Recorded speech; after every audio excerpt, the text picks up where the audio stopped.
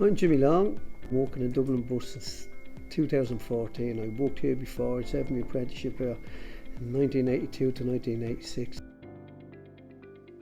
I done an apprenticeship in coach building. The main maintenance for the buses used to be done up in Chicago Works years ago, and that's where I served my apprenticeship.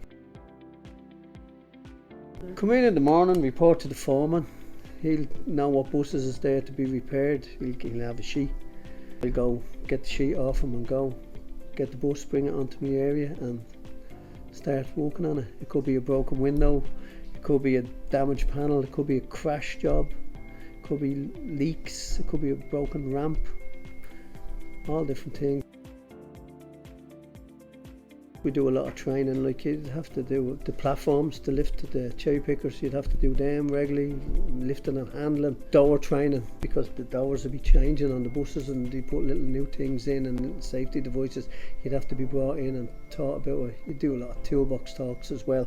Any new products come in, you're given an envelope and the manager will take you in and sit you down and explain to you what way they want it done. We'll make anything out and we'll make something out of them, like the Minion out there and things like that.